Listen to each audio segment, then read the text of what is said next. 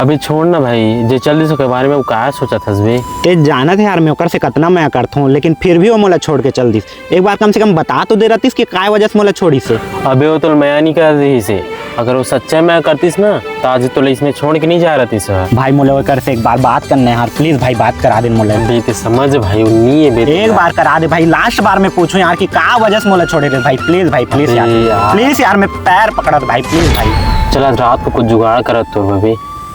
अभी यही होते भाई ओकर घर।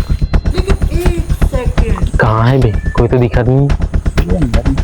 मोला झाँका तो यार, एक जन टूरिया थे, वो जानता क्या आते हैं। और खाना खा तो यार अभी। हैं ते कैसे जानत होला? मोरे तो भाई नहीं है बे। रात का कर तू मन में भैया मैं राखी बंधवाया था।